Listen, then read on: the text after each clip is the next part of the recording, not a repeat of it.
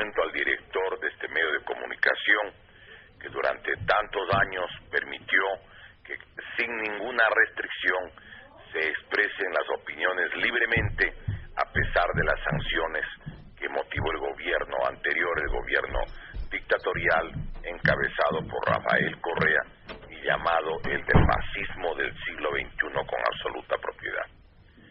Ese gobierno no solamente que siguió más de 1.300 causas en contra de los medios de comunicación, sino que a este sistema informativo le despojó de su frecuencia modulada. Sin embargo, el criterio, la opinión y la convicción de su director hizo que se mantengan estos programas para todas las corrientes de opinión. Un saludo a todos los colaboradores de esta emisora y asimismo pues un respetuoso, fraternal saludo a los hermanos de Guayaquil, del Guayas, del litoral, del Ecuador entero y de quienes nos escuchan fuera del Ecuador. Quisiéramos saludar fraternalmente como corresponde a los compañeros, pues a Raúl, a Pepe, a Clever, a César, a Medardo, a quienes contribuyen en la difusión del pensamiento humanista, del pensamiento socialista, del pensamiento patriótico, del pensamiento nacionalista, de quienes están vinculados con el destino de este pueblo, nuestro pueblo, el pueblo del Ecuador. Quisiéramos en este programa analizar algunos aspectos que nos parecen realmente importantes. Deberíamos empezar quizás haciendo relación, porque hemos leído en estos días justamente la programación que tiene en la difusión Diario Expreso de Guayaquil en torno, por ejemplo, a la droga. ¿Quiénes son los responsables en gran medida de esta verdadera tragedia que significa que alrededor del 60 o más por ciento de toda la droga que se consume en el Ecuador se consume en la ciudad de Guayaquil? Yo creo que esto es importante empezar analizando. ¿Quiénes son los que están atrás del negocio de la droga primero? Porque aquí nos mienten. Hay mucha información que no es exacta, pero esta información que da cuenta de cómo de cada 10 personas que caen bajo la influencia terrible de la droga, pues solo 1 o 2 máximo, dependiendo los cuidados, son los que pueden, diríamos de alguna manera, sobreponerse a esta verdadera tragedia y plaga social. Yo creo que esto es importante que la gente lo sepa, porque bajo el argumento de la supuesta lucha contra las drogas también, en el fondo hay otros pretextos encubridores que además viabilizan incluso mecanismos de injerencia directa y hasta de espionaje sobre nuestros países. Yo creo que es importante en este sentido recurrir a la verdad, pues. Analicemos las cosas como son. Yo creo que es necesario decir primero quiénes son los que se favorecen del negocio de la droga. Hay un estudio de la Universidad de Binghamton de Nueva York y que la hace un profesor de esta institución y un profesor adjunto de la Universidad St. Mary's de Nueva Escocia, Canadá. Utilizan la información que tiene el Congreso de los Estados Unidos con el sustento de estudios de ex banqueros y algunos expertos bancarios internacionales. Del millón de millones que mueve el negocio de la droga, la mitad queda en los propios Estados Unidos y otra gran parte va a la banca, a los grupos financieros de Europa. Es decir, ese es el negocio. ¿Cómo se llama el estudio? El estudio realizado y coordinado por el profesor James Petras, que como digo pertenece a la Universidad de Binghamton, se llama Dinero Sucio, fundamento del crecimiento y del imperio de los Estados Unidos. Es profesor de la Universidad de Binghamton del estado de Nueva York. Por lo tanto, no estamos hablando de que se trata de alguien de los países del tercer mundo, no. Y llega a la conclusión siguiente el estudio de él. Óigame. Dice, sin el dinero de la droga y de actividades al margen de la ley, sin el dinero sucio, la balanza exterior de los Estados Unidos sería totalmente insostenible. El nivel de vida se derrumbaría, el dólar perdería valor, el capital de inversión y préstamos disponible se contraería y Washington sería incapaz de mantener su imperio global y niveles de gastos. Óigame, eso lo dice un estudio de una universidad norteamericana en base a los documentos del Congreso de los Estados Unidos. Entonces ahí uno tiene que hacer algunas reflexiones. ¿Cómo puede entenderse que el país mejor dotado de tecnologías, métodos militares y cibernéticos del planeta no puede controlar el consumo intensivo de la droga dentro de los Estados Unidos, donde reconocen existen 35 millones de consumidores de estupefacientes? Recordemos que cuando hablan de los carteles de Colombia, se habla del cartel de Cali, del de Medellín, del Valle. Cuando hablan del carteles de México, dicen, ahí está el cartel de los Golfos, del Golfo, de los Zetas. Los Zetas era el grupo de élite del Ejército de México. Hoy ellos manejan por su propia cuenta y tienen un cartel propio. El cartel de Sinaloa, el de Guerrero. Entonces cabe preguntarse aquí, pues, compatriotas, y entonces, ¿cómo se distribuyen los estupefacientes de los Estados Unidos? ¿Con el huracán? ¿Con el tifón? ¿Cayendo como algodones al amanecer como el maná bíblico? ¿Alguien ha escuchado alguna vez que existe el cartel de Washington?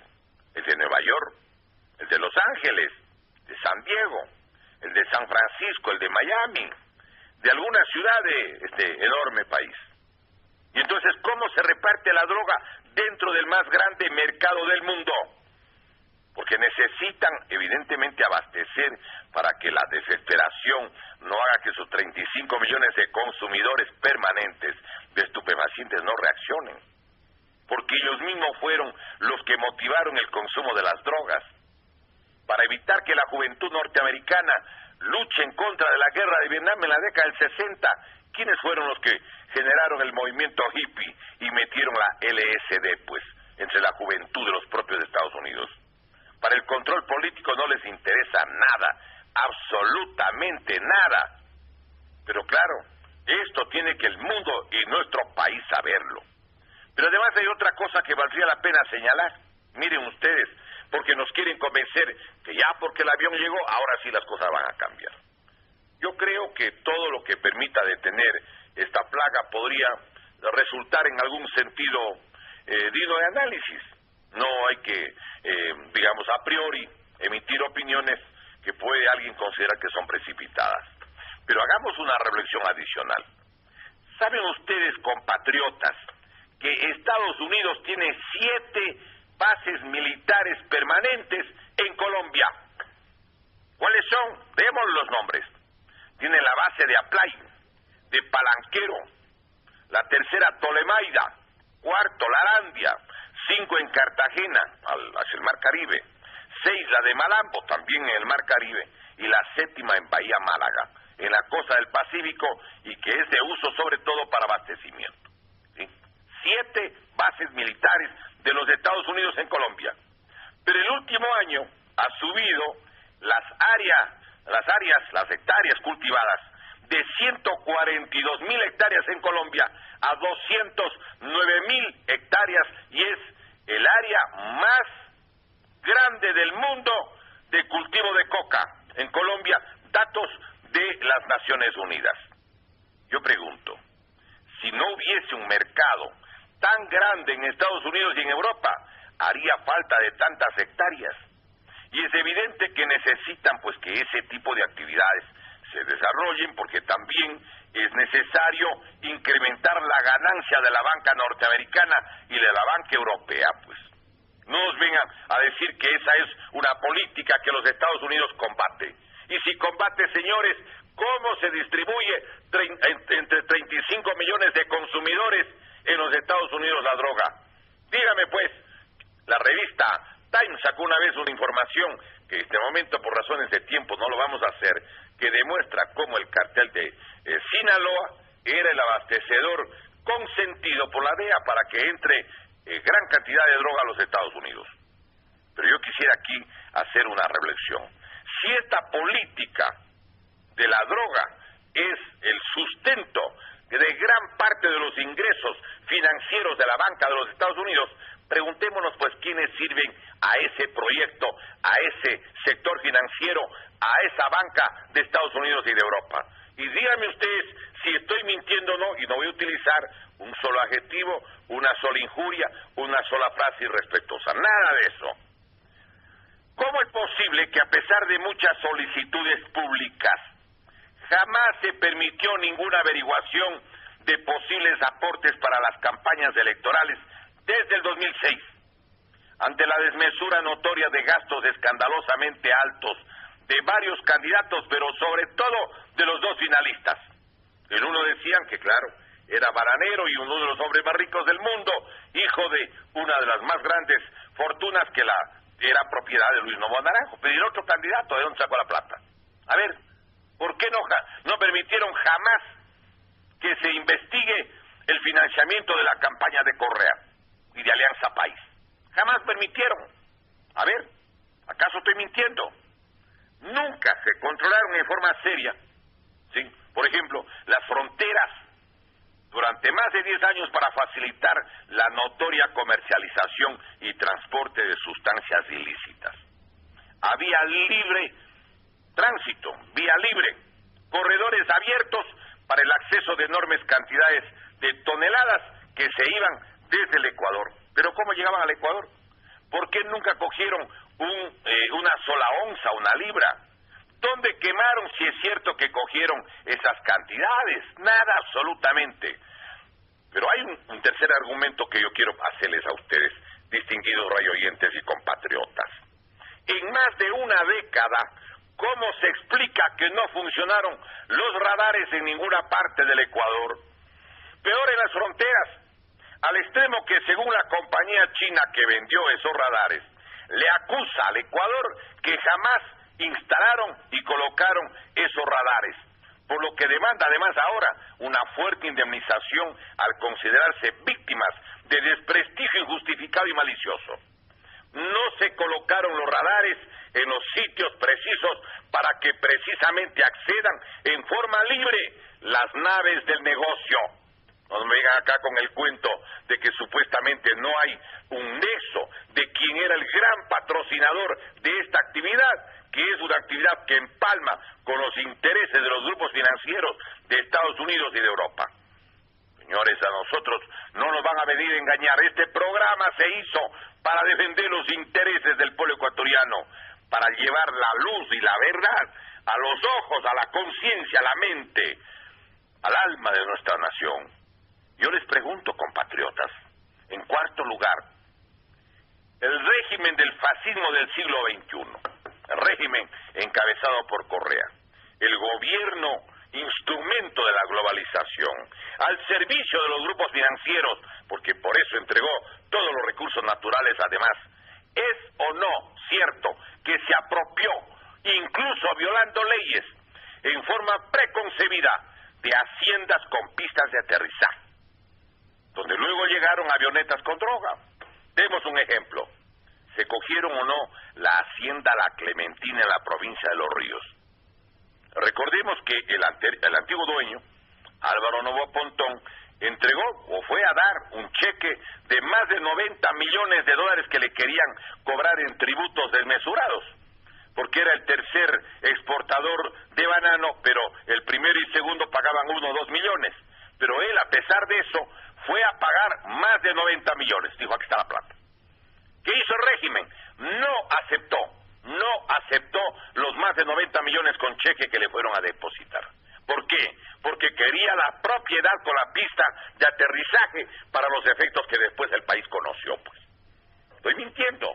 ¿Alguien me puede decir que no estoy diciendo la verdad? Por favor, el sentido común, la verdad, la razón tiene que imperar y tiene que un día ser dicha en altas y claras voces, como dice el Evangelio, porque los más grandes secretos un día se vocearán en las terrazas.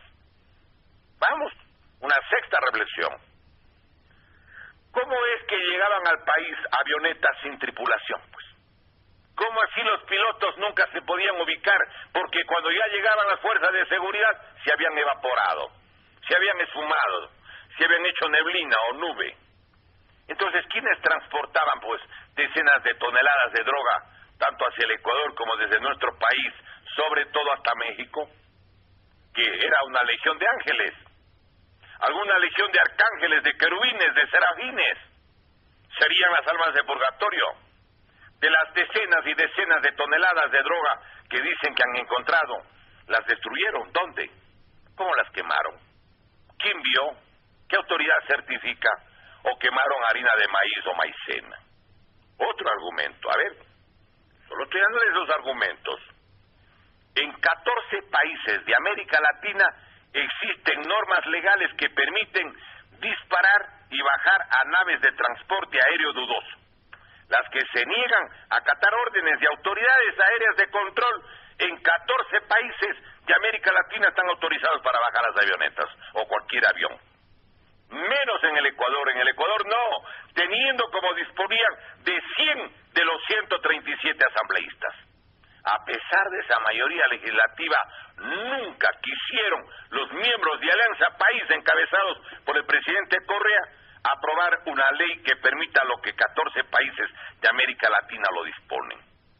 A ver, recordemos que a quienes se encontraban en actividades ilegales de minoría, por ejemplo, el fascismo del siglo XXI, correísmo, destruía su maquinaria, pusieron dinamita en cuantas retroexcavadoras.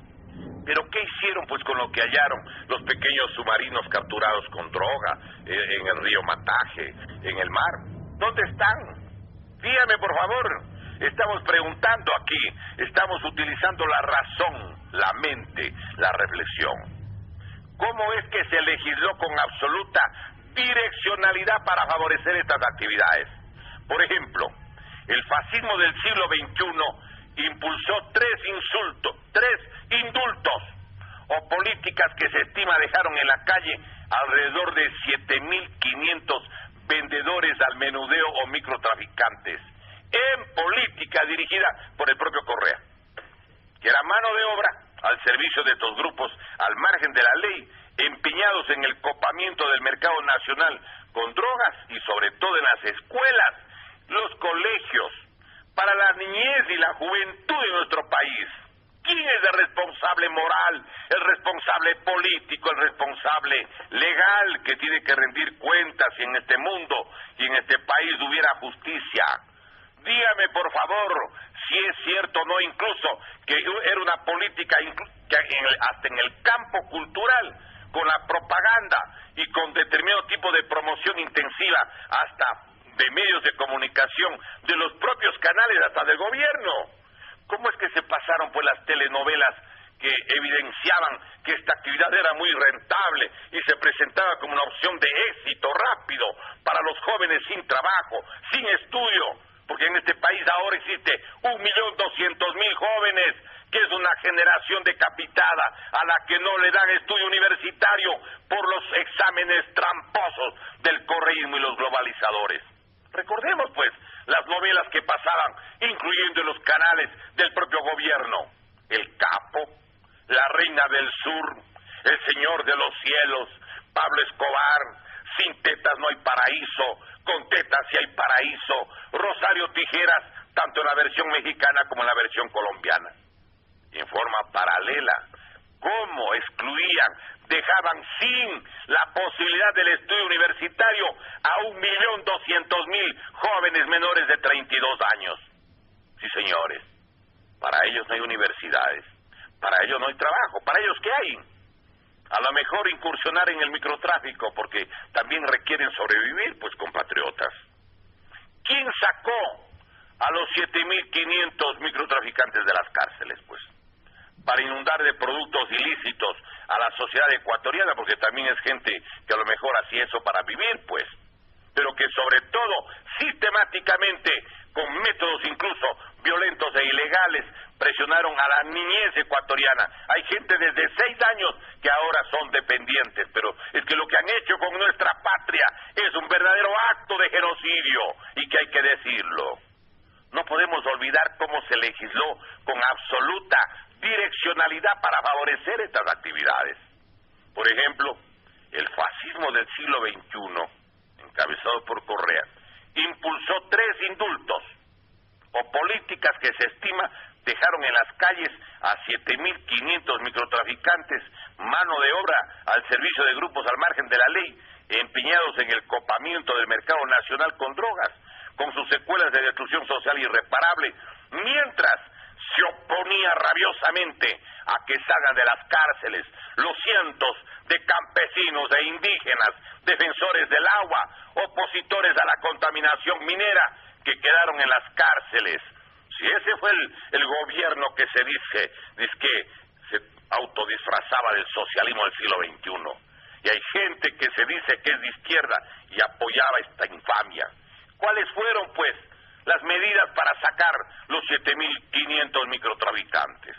Primero, el 4 de julio del año 2008, la Asamblea Nacional, a petición de Rafael Correa, tenemos los documentos, aprobó un indulto que favoreció a 2.241 personas que habían traficado o vendido y capturado sin fraganti hasta 2.000 gramos de droga. La resolución está publicada en el suplemento del registro oficial 378 del jueves 10 de julio del 2008. Tome nota, por favor, quien tenga duda. Suplemento del registro oficial número 378 del jueves 10 de julio del 2008. Sí, señores.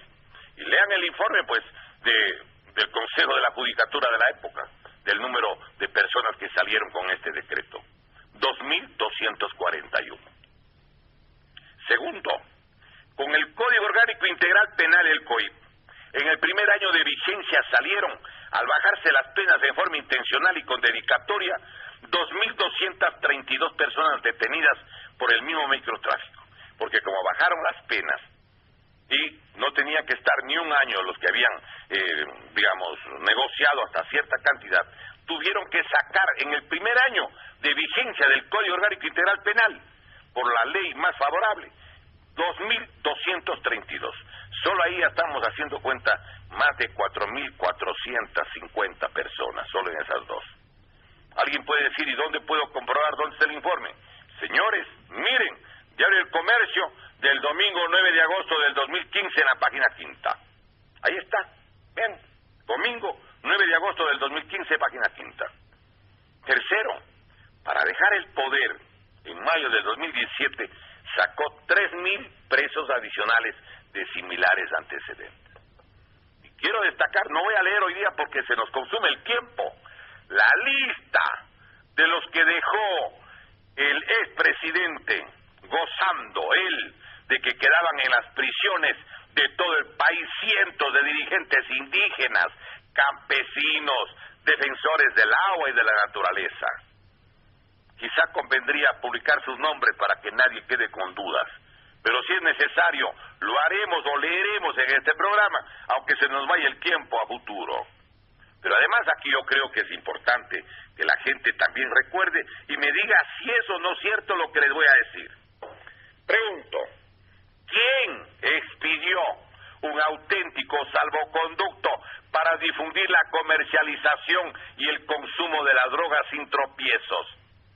Conviene recordar que siempre existen leyes o normas jurídicas cuyos efectos se puede anticipar, pues son predecibles.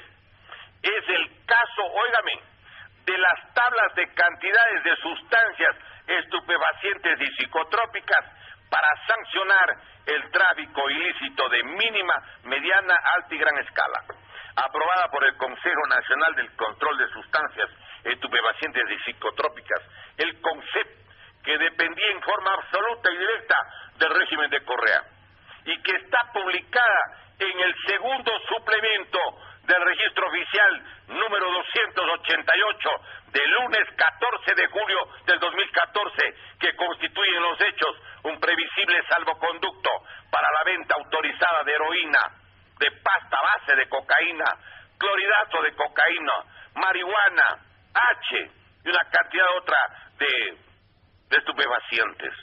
Podían llevar 2 gramos, podían hacer 10, 20, 30, 50 viajes, mientras están con 2 gramos no pasaba nada. Y en el caso de otros estupefacientes hasta 10 gramos. Podían ir a hacer lleva la balanza y mostrarle al policía, vea señor, esta droga tiene 10 gramos, yo soy consumidor, pues según esa tabla. Entonces puede hacer 2, 3, 5 viajes. ¿Para qué hicieron este verdadero salvoconducto? Para garantizar la comercialización, la difusión y el consumo de drogas sin tropiezos y sin molestias. ¿Quién hizo, pues? ¿Quién hizo? ¿Quién dictó? ¿Quién mantuvo aquello, compatriotas? Cuando muchas madres a la noche humedezcan sus almohadas a la noche, no deben olvidar quiénes fueron los gestores de esta política genocida que está destruyendo a la juventud, a la niñez de nuestra patria. Compatriotas, estas son verdades que hay que recordar, que piensan que a todo el mundo nos van a nosotros a confundir o que nos van a nosotros a hacernos olvidar. No, señores, esta es nuestra patria. Este Ecuador va a ser defendido por quienes amamos a esta república. Lo que nos enseñaron nuestros padres, nuestros abuelos, nuestros antepasados, a quererle al Ecuador.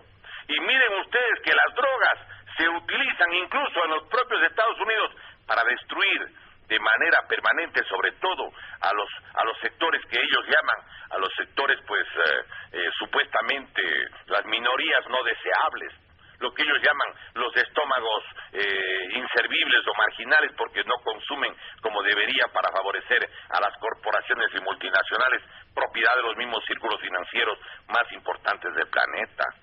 Recordemos cómo el crack o cocaína sintética, o H, también como se llama, sí, le meten en los barrios de los afroamericanos o de los negros, o de los hispanos o latinos. En 1999 allá, en Estados Unidos, hubo el Congreso de todos los pastores afroamericanos. Y ellos pidieron que no se vote por el partido republicano al que le responsabilizaban entonces haber sido el gran gestor.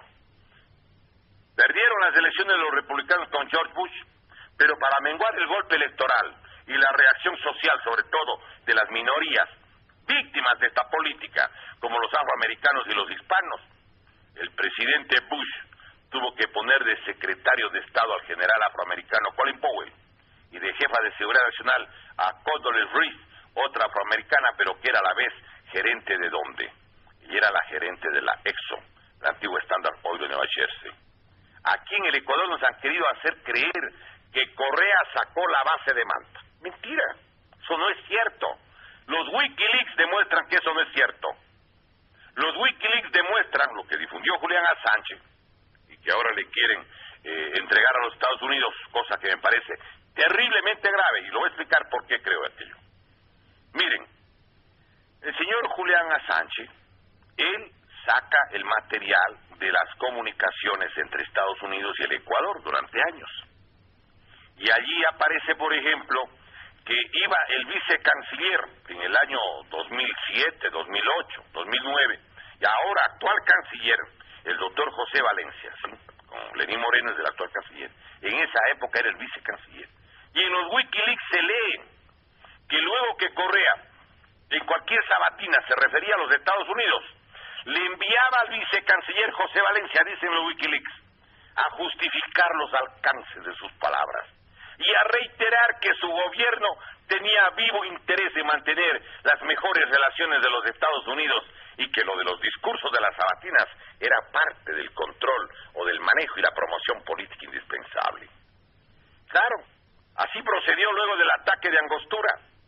Puede leerse el texto de los Wikileaks en Diario Hoy del martes 15 de febrero del 2011 en la página 11. Martes 15 de febrero del 2011, página 11, Diario Hoy. Yo entiendo que a lo mejor por eso también le cerraron a este periódico. Ahí están transcritos los textos. Hay otro despacho de la Embajada de Estados Unidos en Quito, de fecha 13 de marzo, también difundido por Wikileaks, donde aclara que la retórica anti-Estados Unidos explican, le van a decir al embajador, solo se utilizará verbalmente y en público, porque Ecuador está muy interesado en conservar los mejores nexos con los Estados Unidos. ¿Dónde está publicado esta relación en Diario El Universo del martes 15 de febrero del 2011, página 2. Ahí están los textos de Wikileaks, lean por favor. A la mayoría de la gente se le va, no leen. Pero yo quiero además que nos remitamos a otro informe de Wikileaks. La salida de la base de Manta se produce según los textos de Wikileaks, que están publicados en la revista Semana de Colombia. Le voy a dar el sitio web donde pueden encontrar. www.semana.com, edición del miércoles 23 de marzo del 2011, en atención a que en mayo del 2007 se habría suscrito un acuerdo entre John Negroponte, subsecretario de Estado de los Estados Unidos, y el entonces presidente colombiano Álvaro Uribe Vélez, para llevar los aviones AWACS desde Manta a las bases norteamericanas de Aplay y Palanquero, con los objetivos múltiples, sobre todo de enfrentar la insurgencia que estaba todavía en Colombia y a la que colaboró Correa terriblemente para dominarla con el Plan Colombia, del que era parte, y por eso tenía 12,000 soldados en la frontera norte del Ecuador por decisión de Correa, pero sobre todo también para con los aviones controlar a Venezuela, entonces presidida por Hugo Chávez Frías. Por ello salieron los aviones desde Manta a finales del 2009, cuando ya concluyeron los 10 años del convenio firmado con el régimen de Majawá. Yo les pido que reflexionen, porque hablan los documentos, pues. ¿Cuándo llegó el presidente Correa a la presidencia del Ecuador? El 15 de enero del 2007. Todo el 2007 quedaron los aviones. Todo el 2008 quedaron los aviones norteamericanos. Todo el 2009 hasta el final. ¿Se van cuándo? Cuando ya cumplieron los 10 años. Correa nunca, jamás dijo nada. Si le mandaba al vicecanciller a decirle que por favor le disculpe lo que decía en la sabatina, pues por favor, compatriotas. Yo creo que deberíamos en este sentido ser nosotros extremadamente cuidadosos para recuperar la verdad. Pero además, yo creo que es importante que hagamos relación a otro hecho. Los documentos de Wikileaks, enviados desde la Embajada de Estados Unidos en Quito a la Secretaría de Estado y difundidos a nivel mundial, ¿sí?, desnudan al verdadero Correa, que no al acaso impulsó él el Plan Colombia.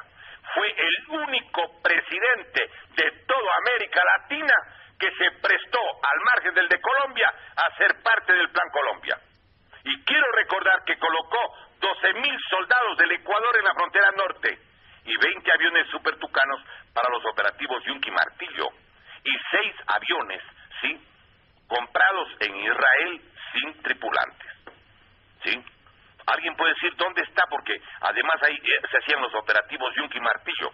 Yunque, el que resistía el golpe, eran los soldados del Ecuador en la frontera norte, y el Martillo eran grupos de 2,000 soldados preparados por asesores militares de Israel que golpeaban como martillo, sobre todo en determinados departamentos de Colombia como el Putumayo, el Caquetá y los sectores a la costa del Pacífico. ¿Dónde está escrito? ¿Dónde están los testimonios? ¿Dónde pueden encontrar? Por favor, les doy y tomen con papel y lápiz lo que les voy a decir. Diario Expreso, del miércoles 24 de abril del 2013, en la página 2. Diario Expreso, miércoles 24 de abril del 2013, página 2. Allí está lo de los 12,000 hombres en la frontera norte, a petición del gobierno de los Estados Unidos y como parte del Plan Colombia, del que formaba parte el gobierno del fascismo del siglo XXI. Y también pueden ver Diario El Telégrafo, del martes 6 de enero del 2009, página 1 y página 6. Diario El Telégrafo, órgano oficial del fascismo del siglo XXI, en esa época del martes 6 de enero del 2009, en la página 1 y sexta. Ahí está. ¿De qué me vienen a hablar? De que supuestamente era el gobierno progresista, que el gobierno que ha sacado a la base de Manta. Mentira, todo es mentira, compatriotas. Todo es mentira. Pero yo creo que además nosotros tenemos que demostrar cómo es que engañaron al pueblo ecuatoriano. Porque hay que decir las cosas como son. Y no tenemos que guardar nosotros silencio sobre algunos temas que son centrales. El caso Assange. Julian Assange cayó en una trampa. Lo podemos demostrar claro. Hay una investigación que realiza el periódico The Guardian, ¿sí? Y que ya lo reprodujeron en el Ecuador. Allí, ¿sí?, se evidencia cómo le llevan a la trampa a Assange.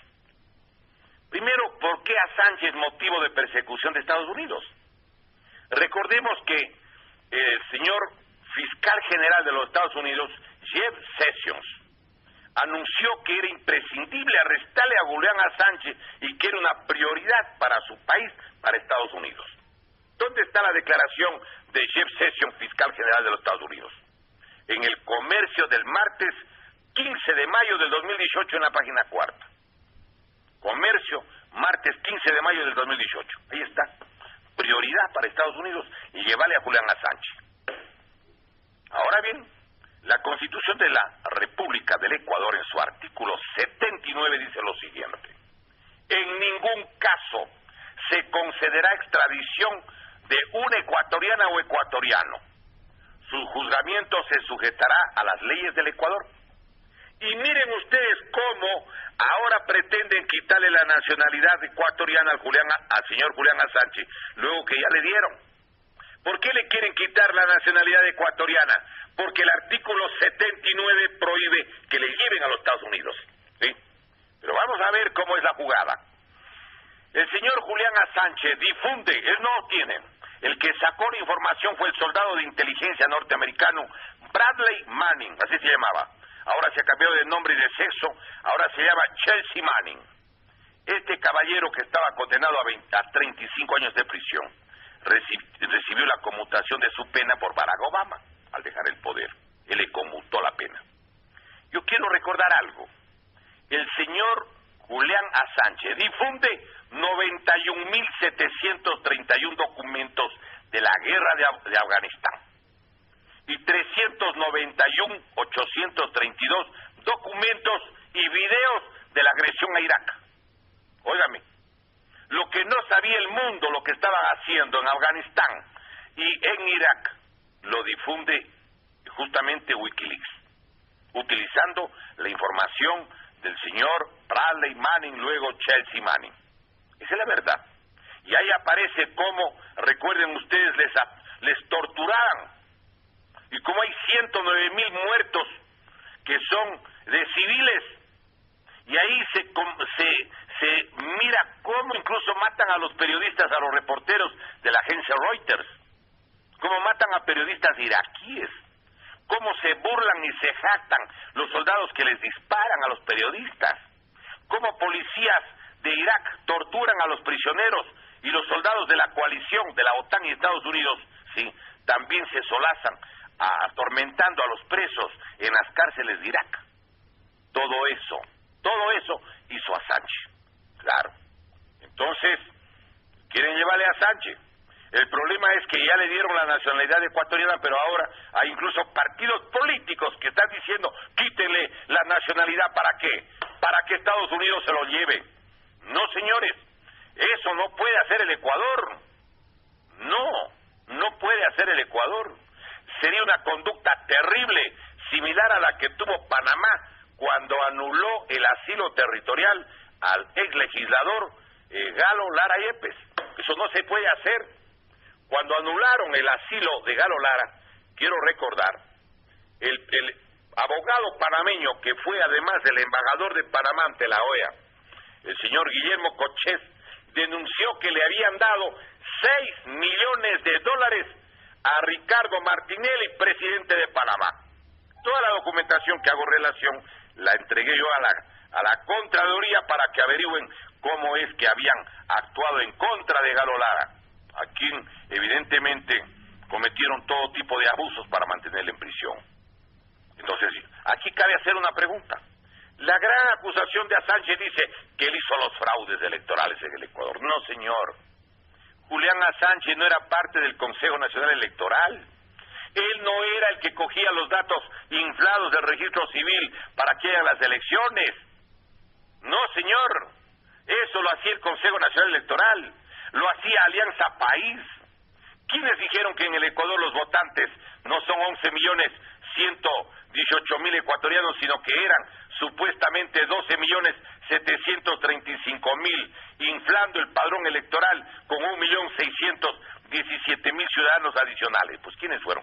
Los de Alianza País, que dirigían el CNE, pues. Si el Ecuador tuviera 12.735.792 votantes, es decir, mayores de 16 años, al tenor de lo que dan los datos del INEC, porque de acuerdo al último censo y a las proyecciones del INEC, el 65.58% de toda la población nacional serían los mayores de 16 años.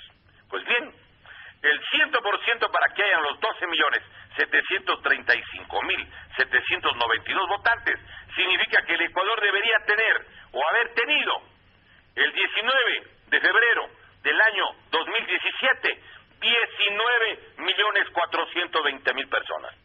Eso no lo hizo el señor Sánchez, pues. Es evidente. Los bancos de datos, los bancos de firmas, de huellas dactilares, de rúbricas, de todos los ecuatorianos, eso lo hizo el registro civil en manos del ingeniero en alimentos Pablo Rodríguez Molina. Eso no lo hizo a Sánchez. Y recordemos pues que esa recopilación de firmas, la copia, el escaneo, la digitalización, la computarización de todas las firmas que tienen ellos, evidentemente no los hizo a Sánchez, pues. Entonces aquí lo que hicieron, y lo dice el periódico The Guardian, un periódico independiente de Inglaterra, el gobierno del Ecuador gastó más de $5 millones con el pretexto de proteger a Sánchez. Pero yo les pido que lean el artículo completo del The Guardian, que está traducido y publicado en Diario El Comercio del miércoles 16 de mayo del 2018 en la página 4. Allí existen 3 párrafos terribles. Primero, la agencia de inteligencia, entre comillas, utilizó un presupuesto para gastos especiales a fin de instalar cámaras de vigilancia en la embajada. Oigan esto, semanas antes de conceder asilo al fundador del portal de filtraciones Wikileaks. Pues claro, si semanas antes ya estaba todo listo, le prepararon pues una celada a Julián Sánchez para inmovilizarlo, encerrarlo y sobre todo conocer quiénes eran parte del colectivo de dirección Wikileaks. Sánchez se confía creyendo en la propaganda falsa que el gobierno era progresista. ¡Mentira! Le instalaron cámaras de vigilancia semanas antes. Le acondicionaron el espacio físico para observación absoluta en forma previa para llevarle a la embajada. Allí lo encierran. Pero además hay una segunda frase del periódico The Guardian. Dice textualmente: el equipo de seguridad establecido por Ecuador pedía a todos los invitados o visitantes de Sánchez su pasaporte al entrar a la embajada para crear un perfil del visitante. Ajá. No, señores, pedían el pasaporte para sacar copias. Con la copia del pasaporte no solo tenían la foto, el número de su documento de identidad de cada país, y a través de eso podían conocer todos los antecedentes, vida y milagros de todo género de cada visitante. ¿Quién manejó los listados de los allegados a Sánchez? Claro. Recuerden ustedes que hace años, cuando alguien iba a La Habana, tenía que primero, en Panamá, en escala obligatoria, dar el pasaporte para que le saquen copias y para que la información pase a los Estados Unidos. Yo pregunto, ¿ahora no? Ya verán, no hace falta ser brujo. Algún día se sabrá quiénes nomás le visitaron al señor Sánchez. Y dice la tercera frase del artículo del The Guardian: se grabaron con detalle las actividades diarias de Sánchez, sus interacciones con el personal de la embajada, con su propio equipo legal y otros visitantes. Están grabados hasta la última palabra, los diálogos, los rostros de los visitantes, los mensajes, orientaciones y todo lo concebible e inconcebible. Y aquí dicen, señores, porque Estados Unidos pide, ¿sí?, quítenle la nacionalidad norteamericana, ecuatoriana, porque él tiene nacionalidad australiana y ecuatoriana. ¿Para qué quieren que le quiten? Para que Estados Unidos se lo lleve, por haber sacado la información de la guerra de Irak y de la guerra de Afganistán. Señores, ¿qué pasa? Eso es absolutamente incorrecto. Pero además, dice el artículo 41 de la Constitución, aunque no fuera ecuatoriano, porque ya le dieron la nacionalidad, Artículo 41. Se reconocen los derechos de asilo y refugio de acuerdo con la ley y los instrumentos internacionales de derechos humanos. Las personas que se encuentren en condiciones de asilo o refugio gozarán de protección especial, dice textualmente, sí, justamente gozarán, dice, de protección especial que garantice el pleno ejercicio de sus derechos. Y dice, además de eso, óigame, el Estado respetará y garantizará el principio de no devolución, además de la asistencia humanitaria y jurídica de emergencia. No se aplicará a las personas solicitantes de asilo o refugio sanciones penales. Entonces yo quisiera que además recordemos lo que dice el artículo 14, numeral 1, que no es el caso para delincuentes comunes como un expresidente del Ecuador. En caso de persecución, toda persona tiene derecho a buscar asilo y a disfrutar de él en cualquier país. Señores, el Ecuador libre y eterno no guarda su voz. Habla con claridad, con precisión. Aquí, señores, no debe el Ecuador prestarse a una maniobra del gobierno del señor Donald Trump. Sí, señores. Y existen partidos que están pidiendo que le quiten la nacionalidad a este señor que sacó la información, que difundió la información de la guerra de Afganistán y la guerra de Irak. Nuestra posición es que, señores, no caigamos en esa jugada. Pero además, nosotros quisiéramos referirnos a otro aspecto que nos parece fundamental. Miren, compatriotas, ustedes saben que en el Ecuador han habido 205 organizaciones legalmente reconocidas. Hay 7 partidos legales y 13 movimientos nacionales. Hay 20 partidos y movimientos nacionales.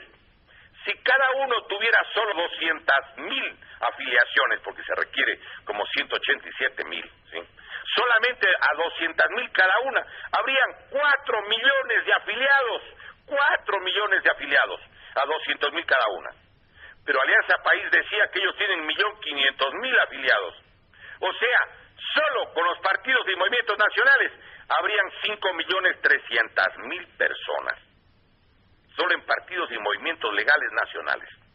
Existen además 58 movimientos provinciales, 111 movimientos cantonales, 16 movimientos parroquiales, en total 205 organizaciones legales con firmas, según los datos de la vicepresidenta del CNE, la doctora Diana Tamay. Está publicado en Diario La Hora del viernes 21 de septiembre del 2018 en la página B, primera página, sección B. Es decir, si sumamos todos los afiliados, resulta que en el Ecuador deberían haber, escúchese, sí, más de 10 millones de afiliados, pues. ¿No será que para eso utilizan el banco de firmas elaborado por el correísmo o fascismo del siglo XXI? A ver, dígame, ¿cómo así, pues? Y una cosa adicional, compatriotas, ¿por qué no permiten, sin firmas, sin la maniobra y sin el truco, denle el derecho al pueblo que se le aplique el artículo 21 de la Declaración Universal de los Derechos Humanos, que establece que toda persona tiene derecho a participar en el gobierno de su país directamente? ¿Por qué ponen el requisito de las firmas? Que habrá que ver si han vendido o no la legalización, pues. Publiquen los nombres y apellidos de los afiliados de las 205 organizaciones y vamos a encontrar sorpresas. ¿Por qué no permiten directamente un ciudadano pueda participar en la vida política de su país? Señores, ¿quién tiene pues para pagar 1,000 o 2,000 personas que le recojan firmas?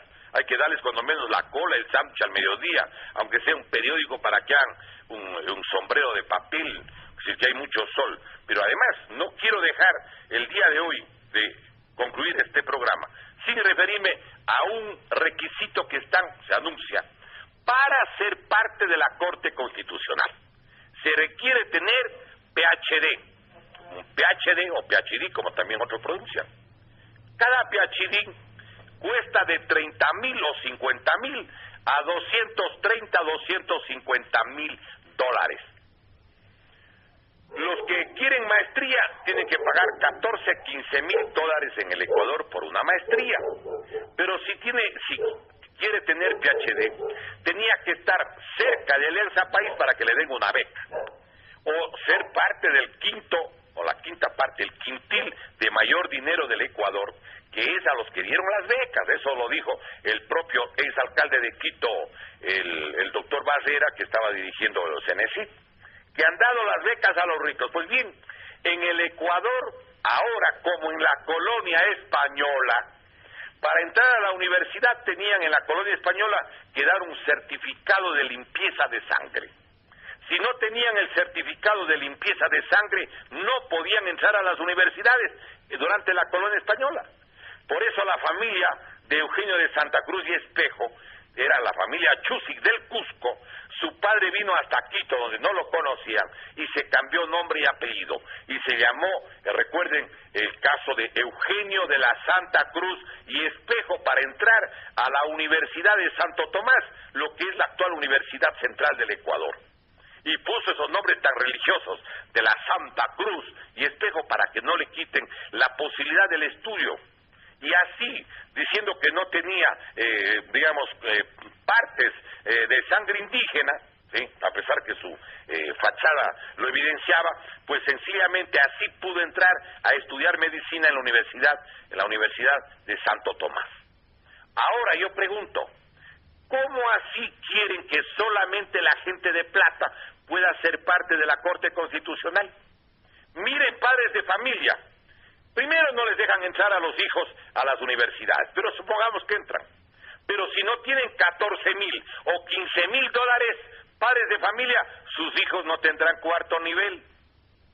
No tendrán cuarto nivel. Pregunten cuánto cuesta en la Pontificia Universidad Católica, en las universidades del Ecuador, cualquiera. Cuesta la más barata, 12, 13, 14,000. Doctor, si un padre de familia tiene 2, 3 hijos. Doctor, disculpe la interrupción. Nos están haciendo señal de cabina que este programa ha concluido. Por favor, rogamos que despida. Muchísimas gracias, doctor. Bien, concluimos entonces. Yo les hago una pregunta, compatriotas. Las familias con dinero pueden darles a todos sus hijos maestría y hasta PhD. La Ley Orgánica de Educación Superior exige que para ser profesor universitario se requiere en forma progresiva tener PhD. Por lo tanto, si no tienen PhD, por ejemplo, no podrán tener acceso a determinadas cátedras. No pueden ser candidatos a autoridades de una universidad, porque el que tiene PhD puede ser candidato a rector. El que no tiene PhD no puede ser candidato a rector, pero por favor, con este criterio, Albert Einstein no podría ser ayudante de cátedra en el Ecuador. El propio Stephen Hawking no podría haber sido profesor en la Universidad Ecuatoriana nunca. Gabriel García Márquez y Pablo Neruda, que eran bachilleres, no les dejaban entrar ni siquiera para conserjes. Esas son las leyes de la segregación racial, del social darwinismo, que es lo que encarnó Correa y el fascismo del siglo XXI. En vez de permitir que la juventud y el pueblo se forme, decapitaron una generación entera. Como dice Roger Garaudí, y con esto concluimos, Roger Garaudí dice que en América Latina, en África y Asia, todos los días se asesinan talentos, porque pueden haber Descartes, Newtons, pueden haber García Márquez, dice que pueden haber justamente William Shakespeare, Cervantes Saavedras, pueden haber músicos como Beethoven, como Tchaikovsky, pueden haber pintores como Pablo Picasso, pero esos talentos se matan cuando no les dan estudio, no les dan formación, no les dan especialización ni educación. Y eso en el Ecuador han hecho con 1.200.000 jóvenes menores de 32 años que no están en las universidades. Y que hay que hacer algo, porque tenemos, como dice un distinguido ciudadano que llamó a la radio, tenemos que hacer algo, sí, organizados. Un hombre solo es como una gota de agua. Un pueblo organizado es como un río crecido, como un Amazonas indetenible. Sobre esto analizaremos en los próximos programas. Pero si no se difunden las ideas, lo que proponemos, los planteamientos del Ecuador libre y eterno, ¿cómo la gente expresa su adhesión a esta causa? Necesitamos recuperar toda la riqueza nacional, incluso para dar estudio, trabajo, salud al pueblo.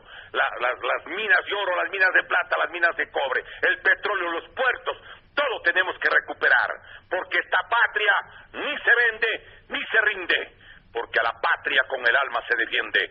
Viva el Ecuador, libre y eterno. Libre porque nadie lo enjaulará, y eterno porque sobrevivirá a esta y a las futuras generaciones. Muchísimas gracias, muy buenos días, Dios mediante, hasta la próxima semana.